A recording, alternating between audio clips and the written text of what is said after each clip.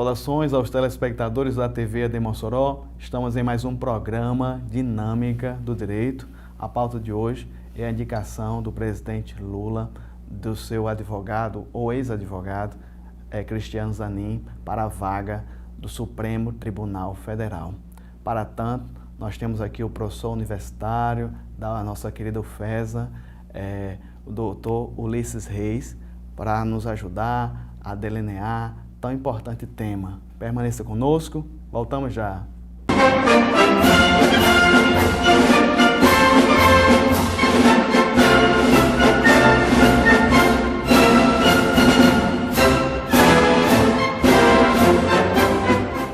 Estamos de volta com o programa Dinâmica do Direito, a pauta muito relevante e atual, que é a indicação de Cristiano Zanin para a vaga do Supremo Tribunal Federal. E aqui, abrilhantando o programa pela terceira vez, o professor Ulisses Reis, que é muito conhecido do meio acadêmico, professor doutor da UFESA.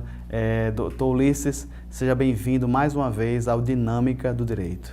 Eu quem agradeço, Nazir, o seu convite, pela terceira vez poder estar aqui conversando com seus telespectadores sobre esses temas que circundam o mundo jurídico e o mundo político aqui do nosso país, tão polêmico, tão complexo, tão conturbado em tantos pontos, mas também tão interessantes de serem analisados. Então, eu estou aqui à disposição para a gente conversar pelos próximos minutos. Não apenas no meio acadêmico, mas até mesmo os colegas advogados e o meio político ganhou notoriedade essa temática e traz mais uma vez à tona, doutor Ulisses, o que seja o Tribunal Federal, no caso o Supremo Tribunal Federal, suas prerrogativas, sua relevância. Nesse primeiro bloco, eu quero a ajuda de Vossa Excelência para, de alguma maneira, passar para o telespectador o que seria a nossa Suprema Corte e suas atribuições.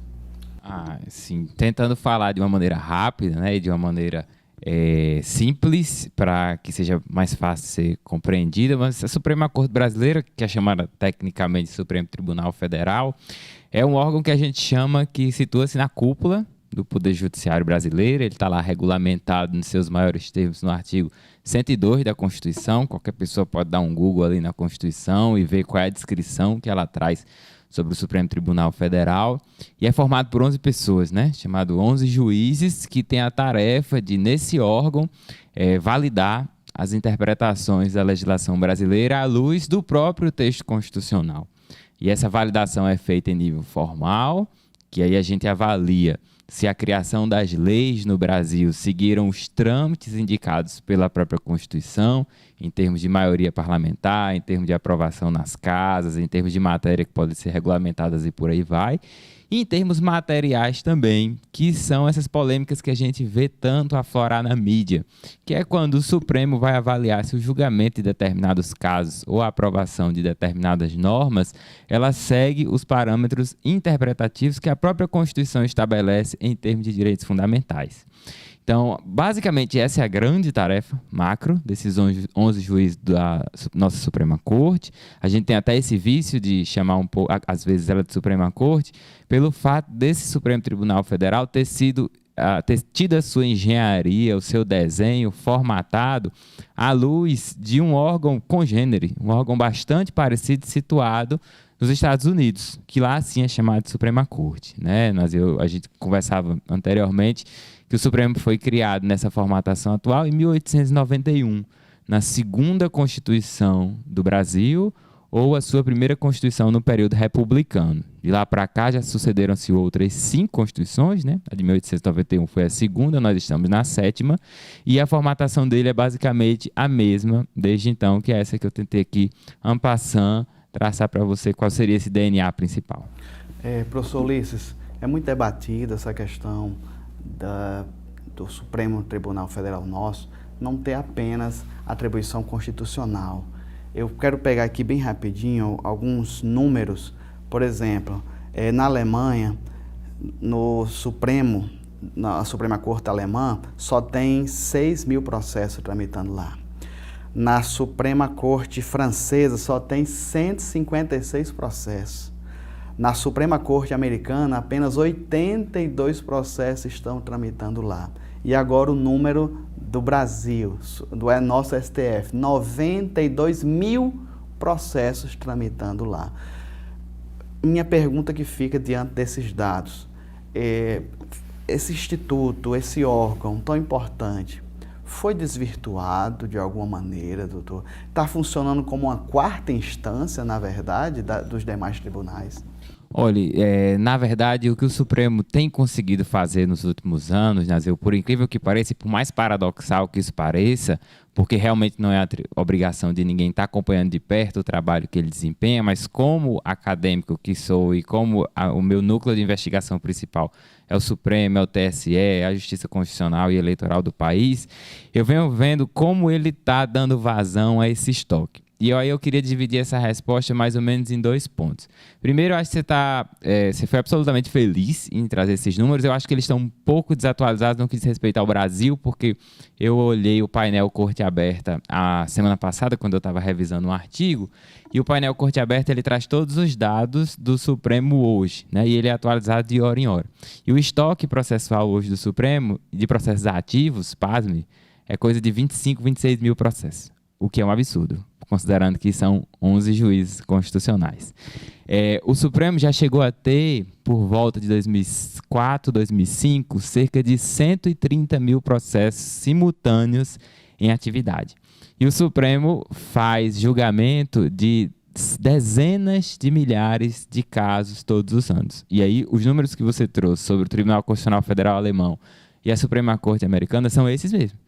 A Suprema Corte Americana solta, no máximo, 100 sentenças por ano.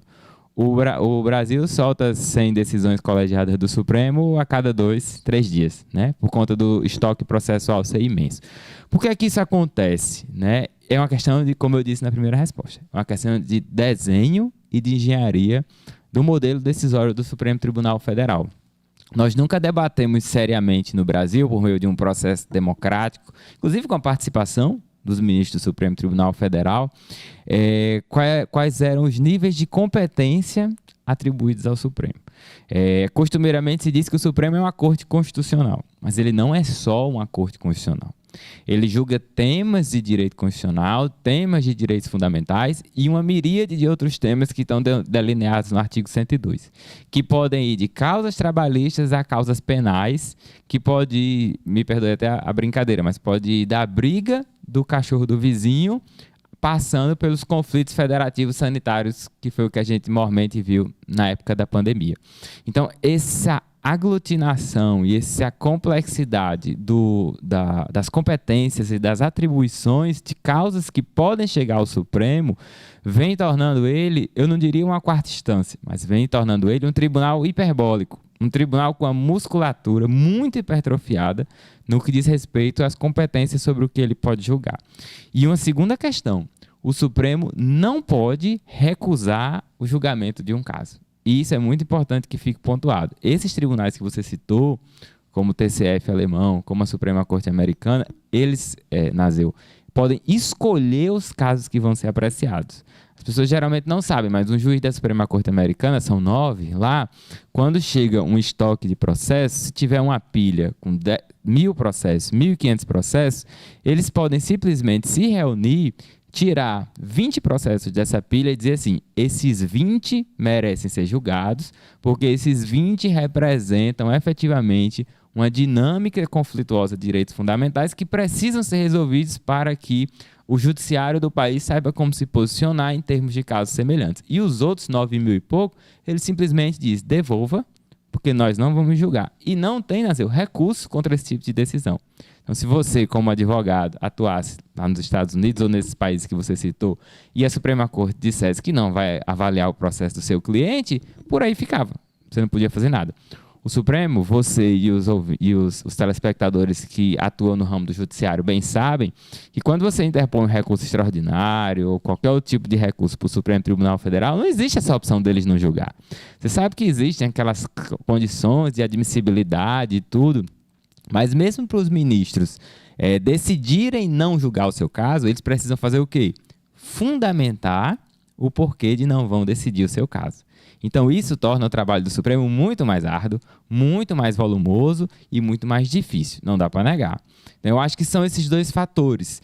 incharam muitas competências, e isso nunca foi debatido seriamente no processo democrático brasileiro, nem com a reconstitucionalização de 1985 a 1988. O próprio Judiciário se furtou de debater esse tema, o próprio Supremo se furtou de debater esse tema, e você sabe que uma vez que você é um agente político e jurídico que tem muitas competências e muitos poderes, qualquer debate que diga respeito à diminuição da parcela desses poderes é um debate muito sensível e muitas vezes esses atores não querem se engajar nele com medo de perder, muitas vezes, fatores relevantes de influência no processo político, no processo jurídico e por aí vai.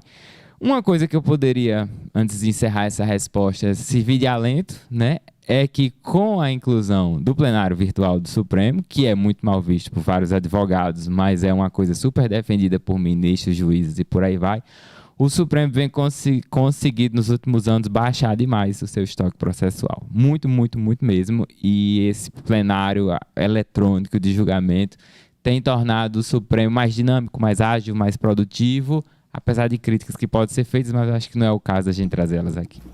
Muito bem.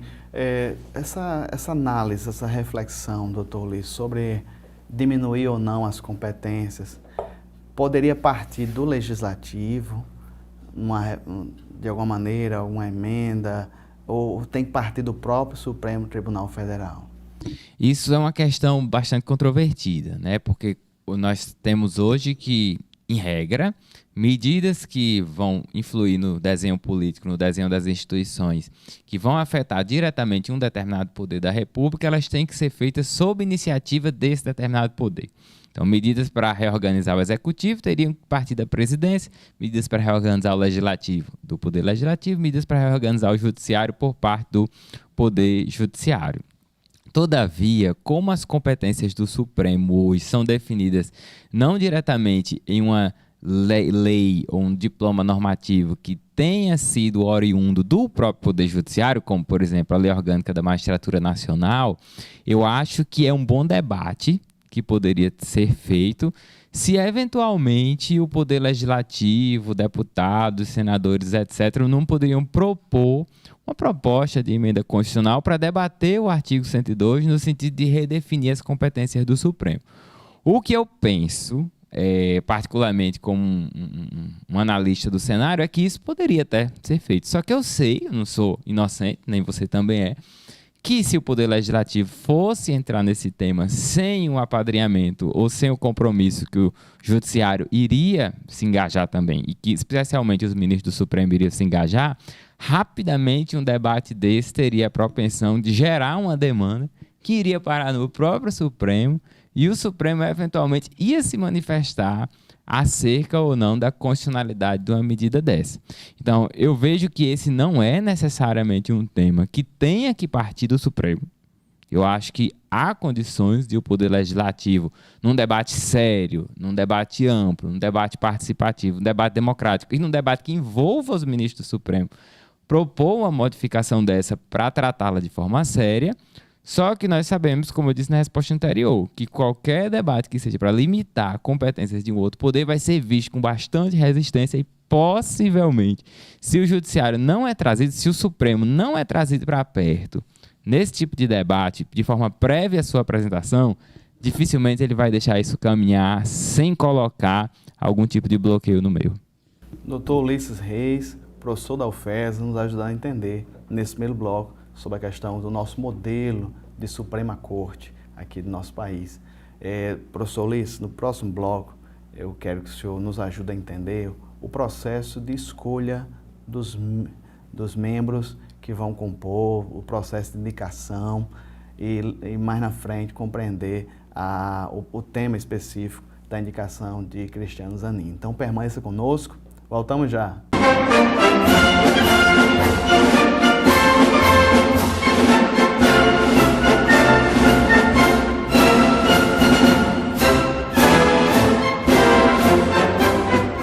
Estamos de volta com o programa Dinâmica do Direito, aqui com o nobre professor Ulisses Reis, da nossa querida UFESA, para nos ajudar a entender a questão da Suprema Corte, o processo de indicação do Cristiano Zanin, ex-advogado do então presidente Lula, que tem chegado ao ponto de dominar os assuntos de pauta de mídia, política e também jurídica.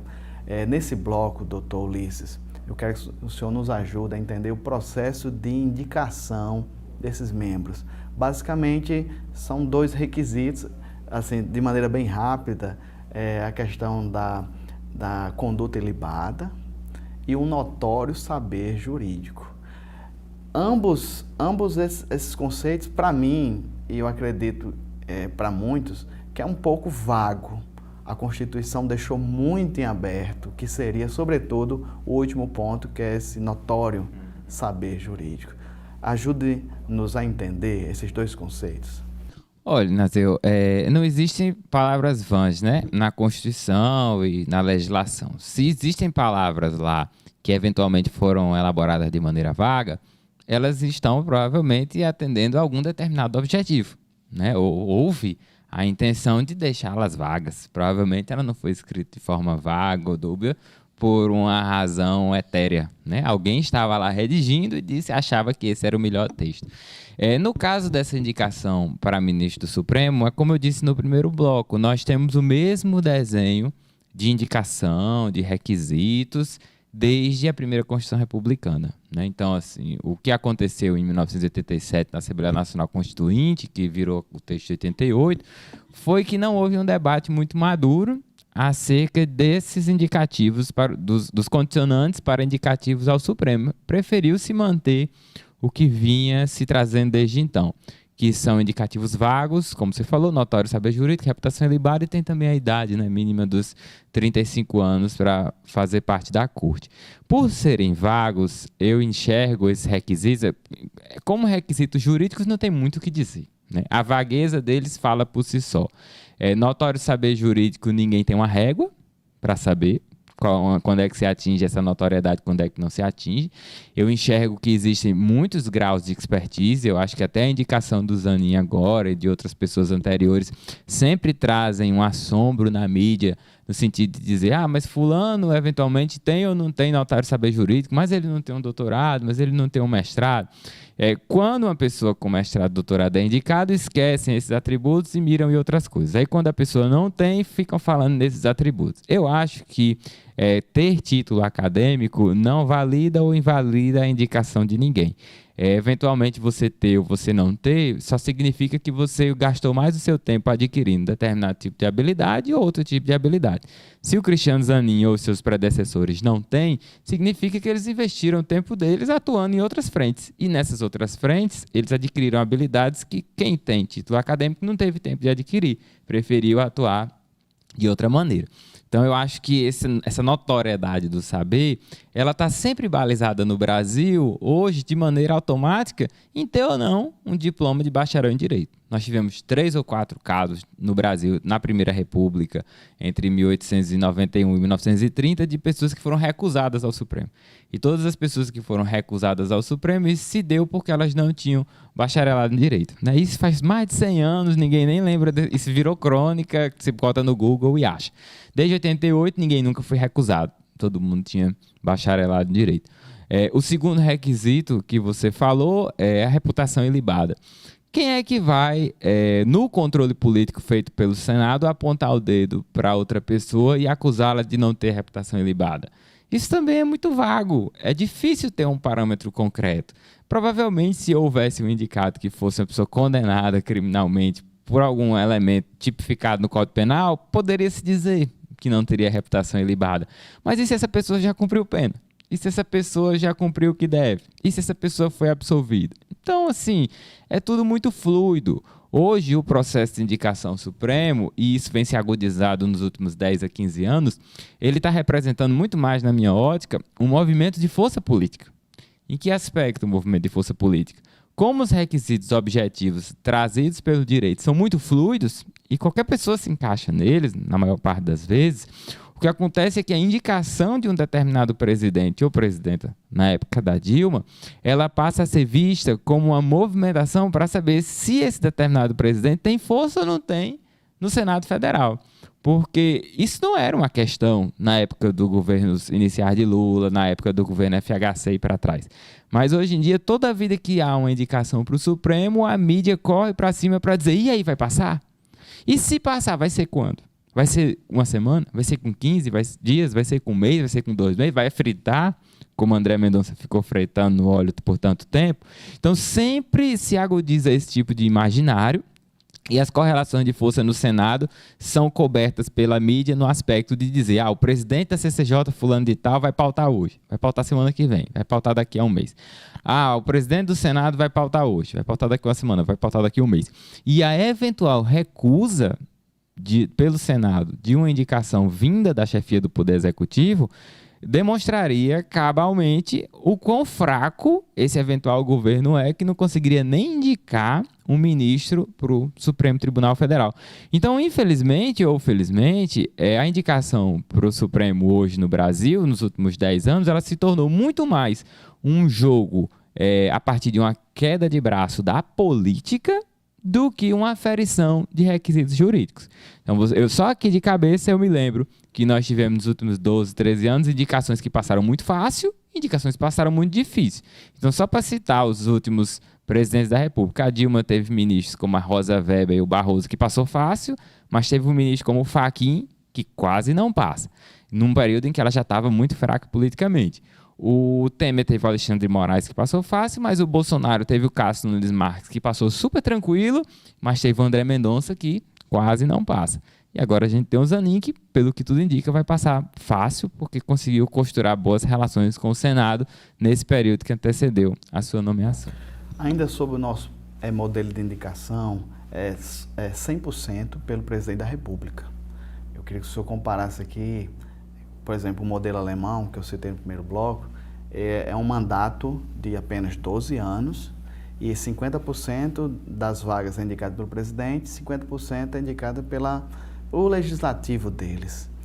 Esse modelo alemão, doutor Ulisses, traria mais uma dinâmica, uma oxigenação nas leis, na interpretação das leis? Como o senhor vê esse outro modelo com o nosso, que seria vitalício, como nós falamos desde o início? Eu queria dividir a resposta em 2 pontos, né? Primeiro, o formato da indicação. Segundo, o tempo. Vou começar pelo formato, depois a gente fala do tempo. Se eu esquecer do tempo, por favor, me lembre. O formato, o nosso modelo de indicação é imitado do norte-americano, né? O presidente indica sozinho e aí leva o nome para o Senado Federal, o Senado vai sabatinar e, se aprovar, ocorre a posse. Se não aprovar, volta, né? E eventualmente se nomeia outra pessoa. O que a gente tem que ter em mente é assim, que nenhum modelo é falho. Nenhum modelo é perfeito. E todo modelo vai indicar prós e vai ter contras. O que a gente não pode fazer, na minha visão, é atabalhoar uma discussão sobre qual o melhor modelo em relação ao momento em que esse modelo está sendo utilizado, né? E não é o que está acontecendo aqui no Brasil agora. Eu não vejo ninguém discutindo nem propondo no Congresso Nacional propostas de modificação desse modelo nesse instante. O que eu penso é que a gente pode eventualmente começar a pensar a modificação desse modelo no momento em que não haja nenhuma nomeação ou indicação no futuro e no horizonte. Sobre a pergunta específica de se esse seria o melhor modelo, na minha visão, eu acho assim, que o que acontece é que, se a gente coloca mais atores intervindo no processo de escolha, a gente está automaticamente compartilhando mais poderes, porém também mais responsabilidades sobre o processo de freios e contrapesos do país. Para usar um exemplo aqui comparativo, o nosso sistema de justiça eleitoral, ele é todo endógeno por parte do Poder Judiciário. Isso é quase uma anomalia no mundo. Na maior parte dos países do mundo, você não vai achar um sistema de justiça eleitoral formatado todo por dentro do Judiciário. O TSE, ele tem 7 ministros, 3 são do Supremo, 2 são do STJ e o restante vem da advocacia. Ou seja, todas as pessoas ligadas ao mundo jurídico. E elas são nomeadas pelo próprio Supremo, pelo STJ e pelo Presidente da República. Você não tem a prerrogativa no Brasil, por exemplo, da Câmara nem do Senado, apontar ministros para o TSE.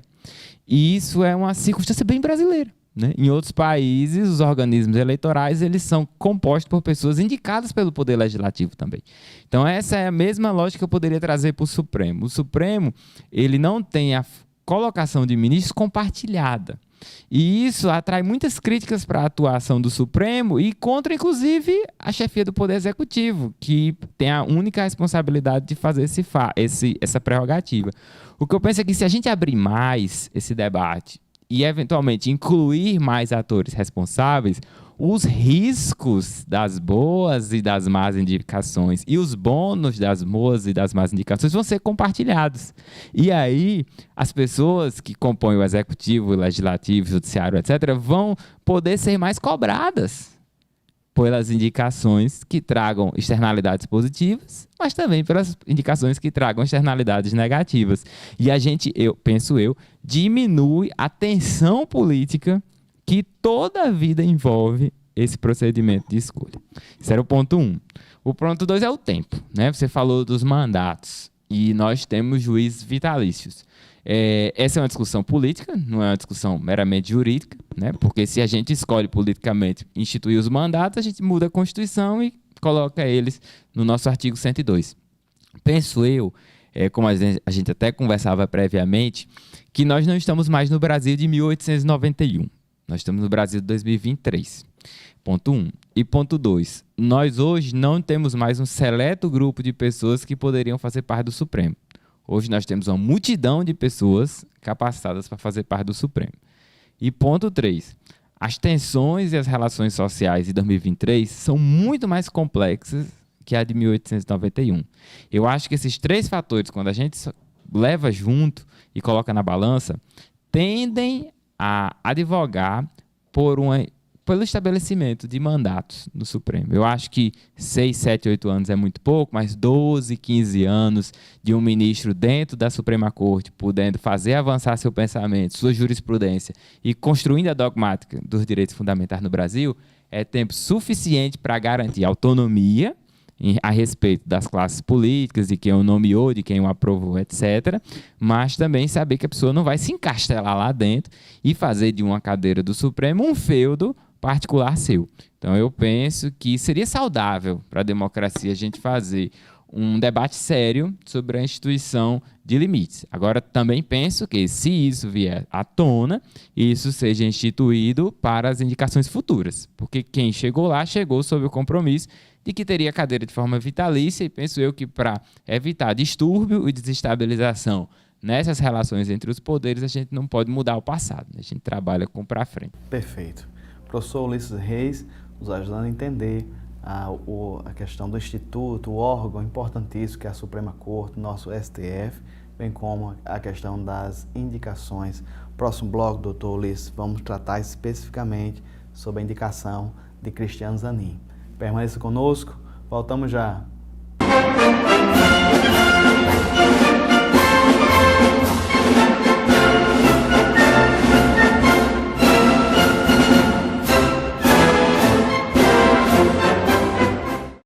Estamos de volta, programa Dinâmica do Direito, conversando aqui com o Dr. Ulisses Reis sobre todo o processo de indicação de Cristiano Zanin, ex-advogado do então presidente Lula, salvo engano, professor Ulisses, 2013, foi quando ele assumiu, no caso, a representação do presidente Lula, sobretudo nos processos que chama Lava Jato, naquelas operações que teve ali em Curitiba. Se destacou sobremaneira, em que pese ele não se denominar um advogado criminalista, ser oriundo do meio empresarial, mas ele ganhou destaque, projeção, e existe um peso sobre ele, uma crítica. Alguns criticam nesse sentido, que ele iria continuar por esses quase 10 anos da representação do então presidente, ele continuaria sendo apadrinhado ou estaria sobre a tutela, a subserviência do presidente. Como o senhor vê esse tipo de comentário, com espelho também em outras indicações recentes, podemos assim dizer, André Mendonça, Cassius Mendes, Como o senhor vê essa questão, essa suposta subserviência de uma indicação como Cristiano Zanin? Olha, Nazeu, eu acho que a gente tem que olhar para a indicação do Cristiano Zanin, a gente pode olhar sobre duas maneiras, né? Dois eixos. A primeira maneira, primeiro eixo é o jurídico, né? E o segundo eixo é o eixo mais político. Acho que pelo eixo jurídico, a gente olharia para a indicação do Zanin e não teria muito o que falar acerca dos requisitos, né? Cumpre a idade mínima, é um profissional da área jurídica como vários outros que o antecederam, então a gente tiraria o notável saber jurídico a partir daí, não dá para colocar uma régua, né? Como eu disse na resposta anterior. E a reputação ilibada, pelo que conhecemos e pelo que já devem estar, me perdoe a expressão, mas escacaviando da vida dele, não acharam nada que o desabonasse. Aparentemente, juridicamente, eles cumprem os requisitos e eu acho que isso é preciso que seja dito antes de avançar no outro eixo, que é um eixo que guarda mais relações com nossas próprias preferências pessoais, né? Que é o eixo político. Particularmente, a indicação do Cristiano Zanin, eu acho que ela tem algumas dificuldades a respeito dos dissensos que ela parece gerar e não dos consensos que uma eventual outra indicação poderia nos trazer. Eu não tenho nada, absolutamente, a falar do Cristiano Zanin enquanto profissional, enquanto pessoa, enquanto informações que chegaram até mim. Porém, é inegável que a eleição de 2022, no qual Lula se sagrou vencedor para o governo chamado Lula 3, foi uma eleição muito sui generis, né? Porque foi a única eleição, salvo engano, na América Latina, que um candidato incumbente, né, que é o candidato que está no cargo, concorrendo à reeleição, perde. Né? O Bolsonaro é o único presidente latino-americano que no cargo não conseguiu vencer a eleição. Né? Isso mostra que a frente que estava conduzida sob a liderança do atual presidente e ex-desafiante Lula da Silva foi uma frente que a gente poderia chamar de amplíssima. Né? Não só uma frente ampla, mas uma frente amplíssima. E o conjunto de forças políticas que se colocaram ao lado de Lula para vencer a eleição, ele ia da centro-direita até a esquerda. Né? Não era a eleição que o Lula venceu não foi uma eleição vencida pela esquerda. Foi uma eleição vencida pela esquerda, foi uma eleição vencida pelo centro, uma eleição vencida por alguns atores da centro-direita.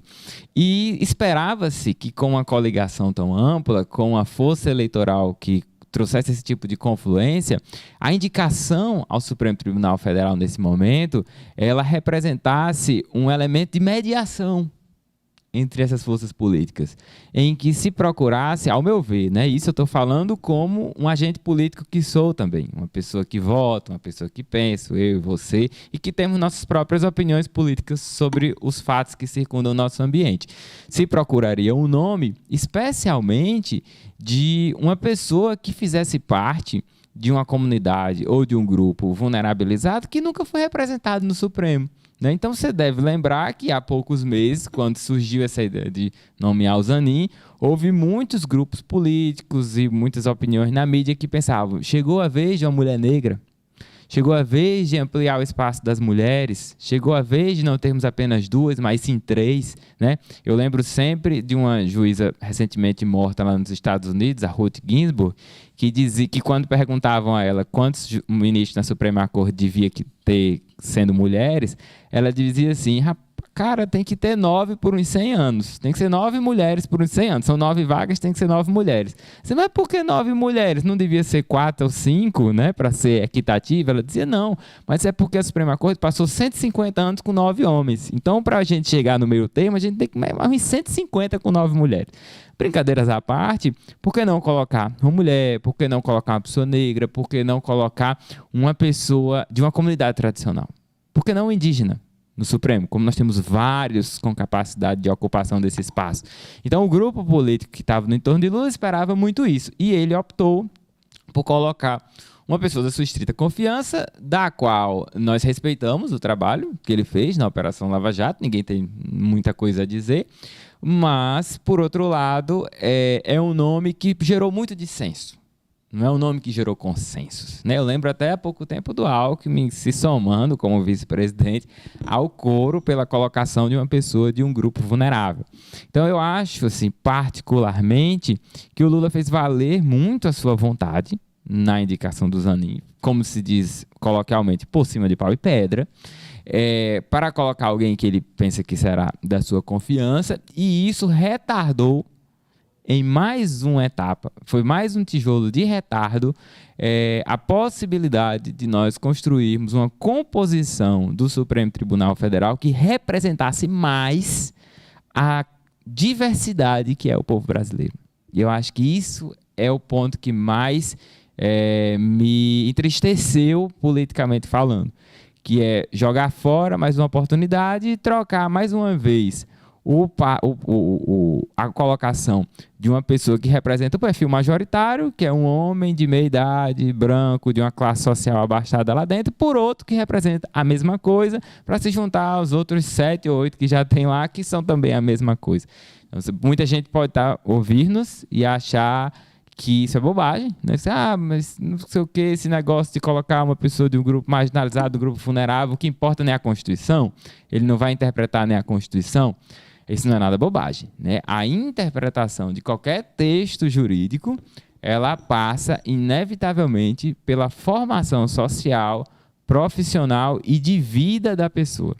E a vivência de pessoas que estão em comunidades e grupos que estão à margem da sociedade traz leituras diferentes. E essas leituras têm, num ambiente coletivo de 11 pessoas, um espaço mais propício para que essas interpretações sejam testadas entre si. Só que tirar Lewandowski para colocar Zanin é adicionar mais um elemento que provavelmente pensa como os demais que já estão lá dentro, que não necessariamente pensam errado, mas que não traz diversidade de pensamento.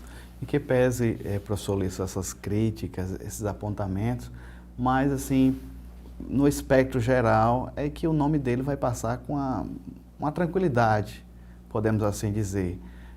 Até os grupos assim, conservadores, partidos que eram aliados do ex-presidente Bolsonaro, admitem que vão assim, fazer perguntas o mais básicas possíveis e torcem que ele vai, e todos reconhecem que ele vai passar. Isso, ao seu ver, doutor, assim, é positivo não ter um debate, não ter uma sabatina para tentar conhecer o ponto de vista desse indicado. Não estou dizendo que é para forçar a liturgia, quebrar a liturgia, mas não é interessante ter o contraditório, saber o que realmente pensa esse indicado, ao invés de se furtar a esse debate? Sim, acho que você foi muito feliz nesse prognóstico, né? Parece que o Zanin soube usar muito bem esses meses que ele teve aí nessa panela de pressão, no qual, mesmo antes do Lewandowski se aposentar, o Lula já dizia que ele seria o indicado aos 4 ventos, e ele parece que o Zanin conseguiu articular muito bem com os senadores, e não sei se você viu, Nazil, mas no momento em que o Lula soltou a mensagem para o Senado indicando imediatamente 3 ou 4 ministros do Supremo, nomino aqui o Gilmar Mendes, o Toffoli, correram para as redes sociais para saudar a chegada desse novo ministro. Então parece que ele vai passar bem, e não só bem, parece que ele vai passar rápido, né? Pelo que eu ouvi dizer, o Senado se articula para, entre junho ou no mais tardar em julho, com a volta do recesso parlamentar, já fazer a sabatina dele. As sabatinas no Brasil, elas são conhecidas por ser processos muito simbólicos, apesar de performáticos, né? Simbólicos pelo aspecto de que não reprovam ninguém, mas performáticos porque sempre haverá aquele senador, aquela senadora que vai usar aquele ambiente para colocar um assessor na frente com o celular ligado no rosto, para gravar alguma história, algum vídeo para ir para a rede social para lacrar, né? É como a gente se acostumou a falar. E sempre o pessoal faz aquelas comparações com as sabatinas dos Estados Unidos, que às vezes duram 1 semana, 2, 3 dias, que o ministro fala de tudo, etc. e tal. Eu penso que o modelo brasileiro, ele está fadado, pelo menos no horizonte próximo, a permanecer da forma como está. Porque existe sempre uma possibilidade de os indicados escaparem a esse escrutínio mais feroz que você usou, mesmo sabendo que você usou no sentido de ser mais incisivo e não no sentido de fazer algazarra, que é a prerrogativa deles dizerem que não poderão se manifestar sobre um determinado tema de índole constitucional, porque em breve esse tema pode vir a ser objeto de deliberação no próprio Supremo. Então, só para dar um exemplo polêmico com o Zanin, se alguém ousar no Senado fazer alguma pergunta ao Zanin, por exemplo, sobre casos relacionados à Operação Lava Jato, que eu acho que provavelmente nem vai acontecer, porque o senador que está lá, que poderia falar na Lava Jato, está mais sujo do que bem lavado, eventualmente o Zanin diria, olha, eu estou indo para o Supremo e ainda tem casos da Operação Lava Jato que remanescem no Supremo e vão ser julgados. Então, como eu estou lá e eu não sei se vou avaliar esses casos, porque cabe a mim depois dizer se sou ou não suspeito para avaliá-los, eu não vou me manifestar para não entrar em bola dividida agora e, no fim, eu me prejudicar. Então, como eu penso que a sabatina é um momento muito mais performático do que um modelo de constrangimento no sentido, bom sentido do termo, de controle sobre o perfil, sobre a estatura e sobre a trajetória desses ministros, eu acho que o que a gente pode melhorar ela é trabalhando lá no design da indicação, como você me perguntou antes. Compartilhar mais responsabilidades na indicação, trazer mais atores responsáveis pela indicação do que eventualmente apostar na sabatina. Acho que a sabatina não é o melhor momento. Inclusive, a indicação poderia nem precisar ser compartilhada com outros poderes. Você poderia regulamentar por lei o processo de indicação, mas obrigando a chefia do executivo a abrir mais o debate com os setores da sociedade. Né? Também seria um tipo de visão que eu lembrei agora de comentar. Dar prazos para nomes serem apresentados e por aí vai. Então, nesse aspecto, eu acho que a sabatina ela cumpre muito mais uma finalidade de performance política, até um pouco de teatralidade, do que de controle efetivo mesmo sobre o processo. Muito bem, conversando aqui com o professor Ulisses Reis sobre o processo de indicação do Cristiano Zanin, advogado, para a vaga no Supremo Tribunal Federal. Professor Ulisses, no próximo bloco vamos dar prosseguimento, vai ter as considerações finais, mas ainda quero fazer algumas perguntas sobre a atuação, como o senhor vê a atuação hoje do Supremo Tribunal Federal, que para alguns tem, vou usar um termo mais popular, inchado as suas prerrogativas e tem sido alvo de muitas críticas. Então permaneça conosco, voltamos já.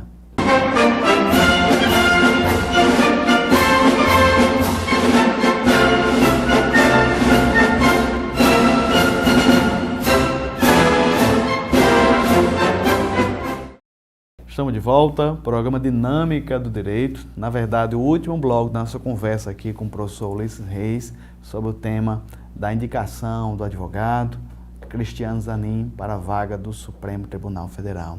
Professor Ulisses, vamos já para as considerações finais, mas o senhor, como professor de Direito Constitucional, tem que aproveitar a Vossa Excelência aqui, pois a nossa Suprema Corte tem sido alvo de muitas críticas, entre elas de ter no caso, subrogado de atribuições, competências, o próprio, no caso, instituições de inquéritos para investigar fatos.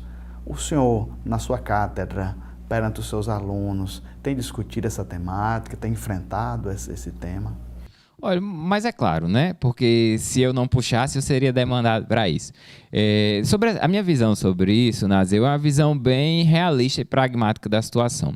Eu enxergo o Supremo não como um ator jurídico especificamente, né? A maior parte das pessoas que atuam no direito, provavelmente, se fosse feita essa pergunta, pessoas que têm formação toda no direito, dizem, não, o Supremo é uma Corte Constitucional, é um órgão jurídico que interpreta a Constituição, babá.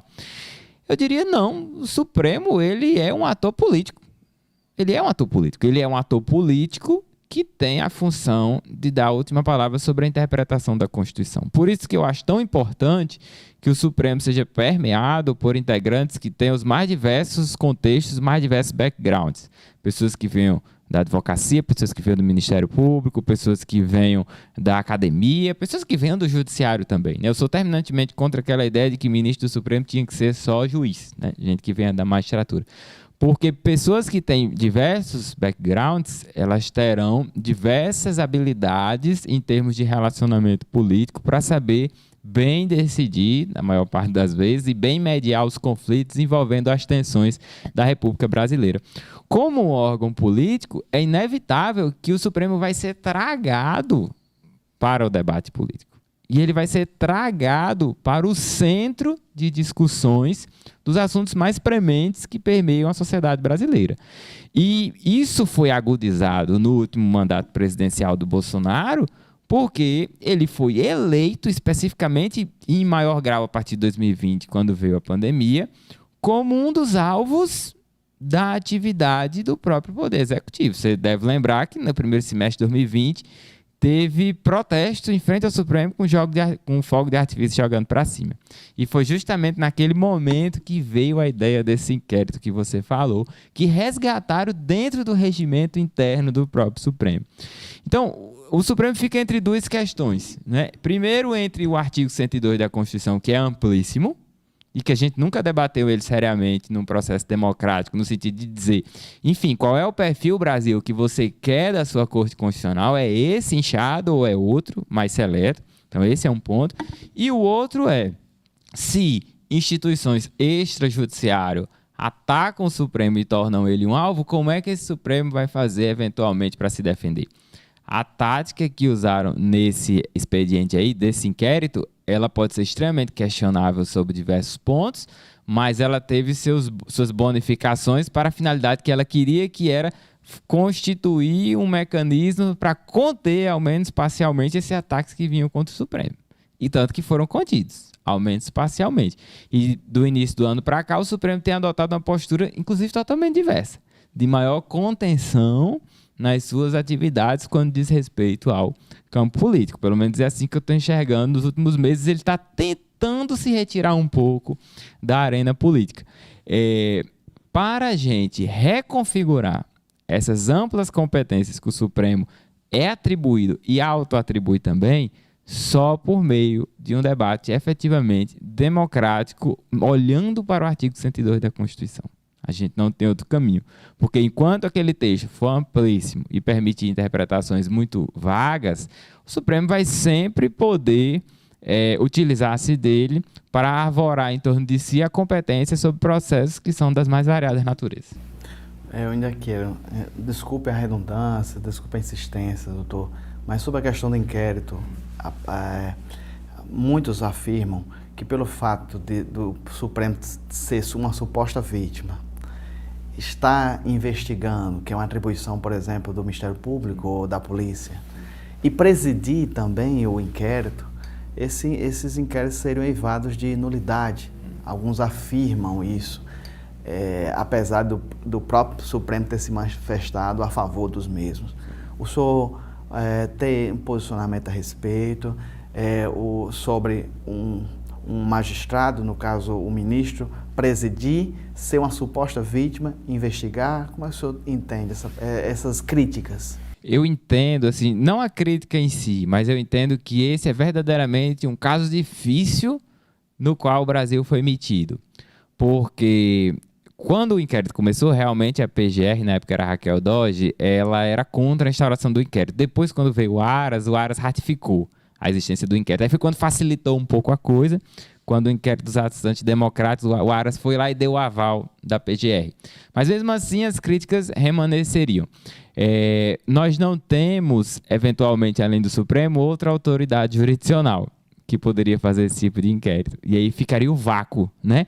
Se o Supremo é vítima, mas a autoridade judicial, que tem que ser o ente processante, vai para onde? Vai para a primeira instância do Distrito Federal? Mas o Supremo que instaurou o inquérito, a PGR mandou ele deixar aqui, quando Augusto Aras chegou. A saída que o Supremo encontrou foi utilizar um argumento que vem, inclusive, lá da Alemanha também, como você citou antes, chamada a ideia de democracia militante, né? Não sei se você já viu essa expressão, mas existe um termo chamado democracia militante que legitima a construção de atos jurídicos pelos quais, por meio dele, você tenta proteger a própria democracia. O exemplo mais claro de democracia militante na Alemanha é porque é proibido qualquer tipo de partido que ostente bandeira nazista. Então, lá é vedado partido dessa natureza. Aqui no Brasil tem uma cláusula de democracia militante que impede a existência de partido de natureza paramilitar. Não pode haver no Brasil. Então, o Supremo usou essa interpretação para dizer que poderia continuar utilizando aquele inquérito dali adiante. Mas eu, sendo bem franco, na minha visão, a utilização daquele inquérito foi uma resposta política do Supremo a ataques que os ministros da Corte consideravam que estavam sofrendo e que poderiam emparedá-los de modo a prejudicar, inclusive, o próprio funcionamento institucional. Penso eu que o Supremo escapou, foi um momento super difícil, sobreviveu, houve mudança de governo e a tensão se esvaiu um pouco, mas eu chego a imaginar que se houvesse tido a reeleição do presidente anterior, será que o Supremo ainda estaria aí para contar a história, né? E eu não falo destruição do Supremo, do prédio, desfazimento da corte, nem nada. Mas as estratégias que a gente viu em vários países, de ampliação do número de ministros, de demissão compulsória ou coisas do tipo. Então, eu acho que ele escapou porque, eventualmente, houve condições políticas para que ele escapasse e que depois que houve transições, inclusive o fogo baixou, né, com relação a esse inquérito. Mas, assim, sem nenhum receio de dar uma resposta clara, né? Penso eu que foi uma resposta política mesmo do Supremo a um momento de extrema tensão que ele sofreu. Alguns falavam até de aumentar o número de ministros do Supremo. Chegou... É uma situação difícil. 2021, 2022 lançaram muito essa temática. O senhor tem opinião formada sobre isso? Os 11 é um número razoável. Eu acho que não tem um número aqui da França, da Alemanha, eu posso dar uma olhadinha, mas varia bastante as Supremas Cortes. O senhor falou que os Estados Unidos são 9, a nossa é 11, mas tem países que são até 15, até bem mais. Sim, eu acho que a questão, Nazeu, do número de ministros, ela é um pouquinho diferente, assim. Como você falou, os Estados Unidos é um país que tem quase 100 milhões de pessoas a mais que o Brasil, e são 9, né? Aí você vai ter a Alemanha, que tem bem menos gente que o Brasil, e são 15, 16, ou algo do tipo. Mas nós sabemos que existe um exército de pessoas trabalhando por trás desses ministros, né? Assessores, técnicos, analistas e por aí vai. Não vai ser aumentar um ministro em um número, 2, 3, 4, 5, que vai fazer com que os processos tenham mais vazão ou menor vazão.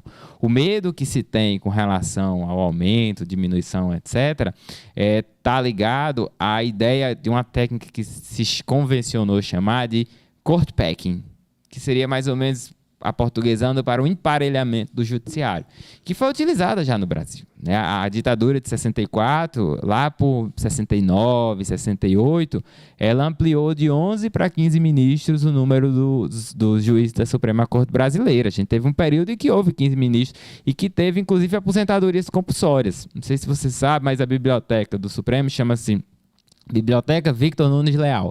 Victor Nunes Leal foi um ministro do Supremo que foi aposentado compulsoriamente pela ditadura. Então não seria novidade no Brasil o court packing, apesar de não acontecer há tanto tempo. Recentemente, houve court packing onde? Houve aumento de número de ministros de Suprema Corte onde? Houve na Venezuela, houve em El Salvador, houve na Hungria e está tendo agora uma briga na Polônia porque estão querendo colocar. E em Israel, você deve estar vendo pela mídia que está tendo protestos por conta disso. Porque quando acontece esse aumento, aí geralmente ganha-se mais indicações por parte do executivo e o chefe de Estado vai lá e coloca os seus aliados para poder modificar as decisões dessa Suprema Corte, dessa Corte Constitucional. Então esse foi o centro do debate, desse medo de 2021, de 2022 que teve que acontecesse no Brasil. Eu acho que aumentar, diminuir por si só não vai melhorar ou prejudicar a produtividade, abstraindo as variáveis políticas da discussão. Agora, quando se pensa na variável política que, eventualmente, Lula, Ulisses, Nazeu, qualquer pessoa sendo presidente, ganha mais 3 ou 4 vagas para preencher, todo mundo vai pensar assim, pronto, agora Nazeu vai botar o Ulisses, que é amigo dele, né, para eventualmente julgar de acordo com seus interesses e por aí vai. Claro que eu estou falando em tom de brincadeira. Então, acho que a discussão é mais por aí. Não sei qual vai ser a próxima vaga, doutor Ulisses, se é Rosa Weber, eu não me vem à memória agora, mas o senhor acredita que a próxima indicação, o presidente Lula tende a ouvir mais o seu grupo político, a militância, os grupos sociais, porque dessa vez ele não ouviu? Eu acho que vai ser inevitável, né? A próxima vaga, salvo engano, é setembro ou outubro. Acho que é outubro, quando a Rosa Weber atinge a idade compulsória, né? Ela foi indicada pela Dilma há uns 12, 13 anos e vai sair agora. Considerando que essa indicação parece ter sido da cota pessoal estrita do Lula, acho que agora ele vai abrir mais para debate e discussão com o grupo. Penso eu que inevitavelmente será uma mulher, porque desde que Ellen Grace chegou sob indicação de FHC e Carmen Lúcia chegou sob indicação de Lula, acho que em 2004, sempre há uma trajetória de, no mínimo, 2 mulheres no Supremo, e eu não vejo como esse governo atual teria a possibilidade de diminuir esse número aquém de 2. Então, acho que será uma mulher, acho que haverá mais debates. Sempre é um tema muito acalorado, porque existe esse imaginário popular de que os ministros são fiéis aos presidentes que o indicam. Eu até comentava com você antes, existem várias pesquisas que mostram que no momento da indicação e até um ano depois ou pouquíssimo tempo depois, existe até uma tendência desses ministros julgarem de acordo com o interesse do governo que o colocou lá, porém, com o passar dos anos, isso dilui. Quando tem troca de governo, às vezes fica o mesmo partido e os ministros já começam a se comportar de forma totalmente autônoma, né? A gente tem no Brasil inúmeros casos de ministros que foram colocados por determinado governo e é só peia, né? No governo que o indicou. Então, acho que na próxima ele deve fazer isso, porque penso até que o grupo que o colocou veria como uma boa traição se isso não fosse feito agora no segundo semestre. Muito bem, estamos finalizando, na verdade, a nossa conversa, o nosso diálogo com o professor Ulisses Reis, aqui da nossa querida UFESA. Professor Ulisses, em nome do pessoal de casa, em nome dos nossos telespectadores, o meu muito obrigado. Vossa Excelência tem uma agenda muito complicada, porque tem a questão acadêmica, tem que produzir artigos, tem que analisar, tem que estudar, tem que preparar a aula. E o senhor ter vindo aqui nos agraciado com seus conhecimentos e trazendo essa exposição, acredito que muitas pessoas tiveram mais luz sobre essa temática, porque muitas vezes um jornalista, ou mesmo, às vezes chama um advogado, sem menosprezar os colegas, mas é muito bom quando um professor universitário que está na cátedra, que está no dia a dia, na sala de aula, que discute, que debate, trazer profundo conhecimento, com a linguagem clara, ou a linguagem objetiva. O meu muito obrigado e fique aberto às considerações, interagir com o pessoal de casa. Dazel, sou eu quem agradeço mais uma vez o convite, né? Fico à disposição para voltar. Foi difícil dessa última vez a gente conseguir uma data, mas porque realmente o período acadêmico desse que terminou recentemente foi muito conturbado, mas eu faço questão de, quando marcar o compromisso para vir comparecer, porque eu sei da qualidade dos seus ouvintes, dos seus telespectadores, e sei do respeito que você tem para com o programa, né? Acompanho ali no YouTube sempre que posso e vejo o nível dos debates que são feitos. Então, obrigado por ter a oportunidade de a gente conversar um pouquinho aí sobre a indicação do Zanin e espero voltar outras vezes. Muito bem, professor da UFESA, o nosso querido Ulisses Reis. Próxima semana vai ter outro colega seu aqui nos estúdios, professor Hudson. Então, mais uma vez, a UFESA abrindo as portas da instituição aqui, trazendo tão nobres professores. Essa foi, na verdade, a temática da semana, a indicação de Cristiano Zanin para ministro do Supremo, aqui com os esclarecimentos do nobre professor. Então, permaneça com os eventos, permaneça com os cultos e que Deus abençoe a todos.